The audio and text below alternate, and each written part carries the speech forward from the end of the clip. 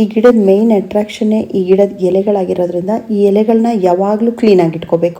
ಎಲೆ ಮೇಲೆ ಕೂತಿರೋ ಧೂಳನ್ನ ಆಗಾಗ ಬಟ್ಟೆಯಿಂದ ಒರೆಸೋದ್ರಿಂದ ಎಲೆಗಳು ತುಂಬ ಕ್ಲೀನಾಗಿ ಶೈನಿಂಗಾಗಿ ಕಾಣಿಸುತ್ತೆ.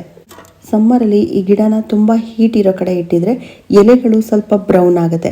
ಆದರೆ ಏನೂ ಪ್ರಾಬ್ಲಮ್ ಇಲ್ಲ. ಆ ಬ್ರೌನ್ ಆಗಿರೋ ಎಲೆನ ಕಟ್ ಮಾಡಿದರೆ ಹೊಸದಾಗಿ ಬೆಳೆಯೋ ಎಲೆಗಳು ಗ್ರೀನಾಗೇ ಇರುತ್ತೆ. ಈ ಗಿಡ ಜಾಸ್ತಿ ಹೈಟ್ ಬೆಳೆಯಲ್ಲ, 12 ಇಂಚಿಂದ 16 ಇಂಚ್ವರೆಗೆ ಬೆಳೆಯುತ್ತೆ. ಅಷ್ಟು ದೊಡ್ಡದಾಗಿ ಬೆಳೆಯೋದಕ್ಕೆ ತುಂಬ ಟೈಮ್ ಬೇಕಾಗುತ್ತೆ. ತುಂಬ ಸ್ಲೋ ಆಗಿ ಬೆಳೆಯುವಂಥ ಗಿಡ ಇದು. ಈ ಗಿಡಕ್ಕೆ ನೀರು ತುಂಬ ಜಾಸ್ತಿ ಆಗಬಾರ್ದು.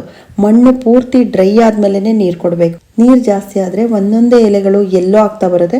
ಆಮೇಲೆ ಆ ಎಲೆಗಳು ಕರಗ್ತಾ ಬರುತ್ತೆ. ರೂಟ್ಸ್ ಕೂಡ ಕೊಳಿತಾ ಬರುತ್ತೆ. ಮಳೆಗಾಲದಲ್ಲಿ ಈ ಗಿಡನ ಮಳೆ ನೀರಿಗೆ ಇಡಲೇಬಾರ್ದು. ತುಂಬ ಬೇಗ ಈ ಗಿಡ ಕೊಳೆಯುತ್ತೆ. ಫಿಲೋಡೆಂಡ್ರಾನ್ ಗಿಡದಲ್ಲಿ ಈ ರೀತಿ ವೇರಿಗೇಷನ್ ಇರೋವಂಥ ಎಲೆಗಳಿರೋ ಗಿಡ ತುಂಬ ಕಡಿಮೆ.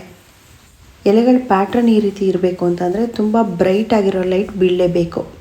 ಸಮ್ಮರಲ್ಲಿ ತುಂಬ ಹೀಟ್ ಜಾಸ್ತಿ ಇದೆ ಅಂತ ತುಂಬ ನೆರಳಲ್ಲೂ ಕೂಡ ಇಡಬಾರ್ದು. ಬೆಳಕು ಎಲ್ಲಿ ಜಾಸ್ತಿ ಬರ್ತಾ ಇದೆ ಅಂಥ ಜಾಗದಲ್ಲಿ ಇಡಬೇಕು.